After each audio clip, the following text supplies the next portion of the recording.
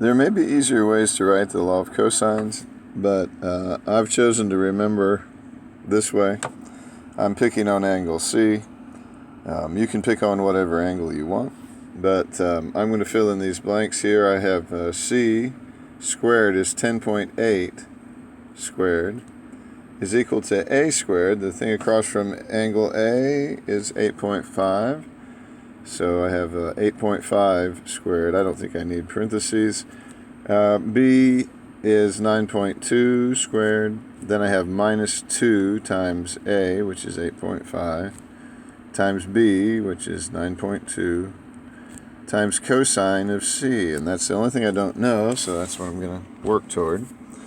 And let's see here. On the left, I have 10.8 squared. That's about 116, 117. Then I'm going to subtract 8.5 squared. And then I'm going to subtract 9.2 squared.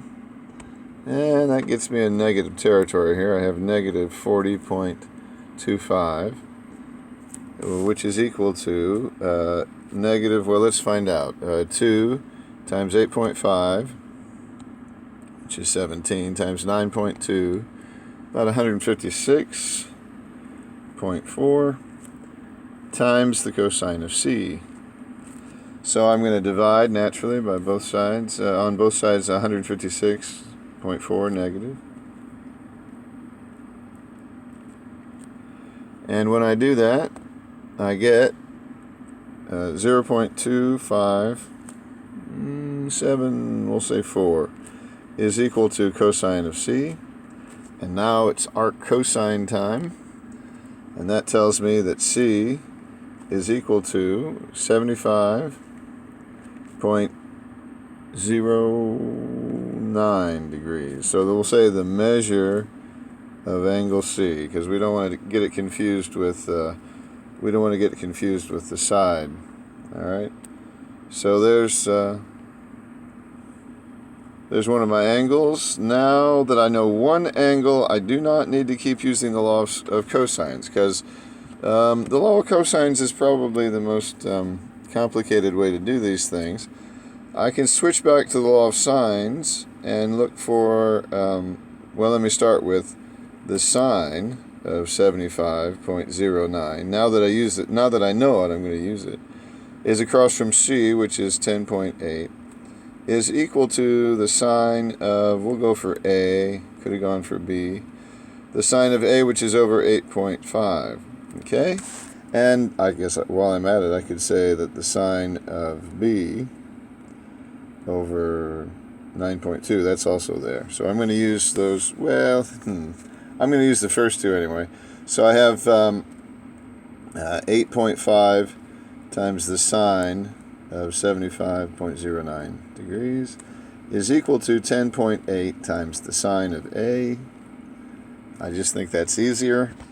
So I've still got 75.086 and so forth in my calculator. So I'm going to take the sine of that angle, multiply it by 8.5, and then I'm going to divide by 10.8, and I get 0.7605 is equal to the sine of A. And now it's arc sine time. So I take the arc sine, and it turns out that A, I should say the measure of angle A, is equal to 49.51 degrees. Okay, so that's my second angle. And let me just pause here to make sure I didn't confuse it with the second triangle, and I didn't. That's good.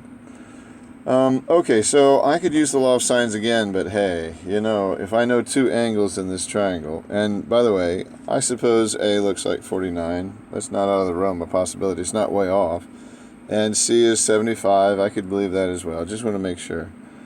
That would mean that the measure of angle B is equal to 180 minus the measure of angle A minus the measure of angle C. So that's exactly what I'm going to do. I'm going to say 180, and I'm going to subtract these two angles from it. And I get 55. The measure of angle B is equal to 55 degrees. And again, that's also very believable. Looks like 0.40, I guess. Pretty close to that. Okay, so they gave me 3 sides, and I had to find the 3 angles, and I think it got easier with each step.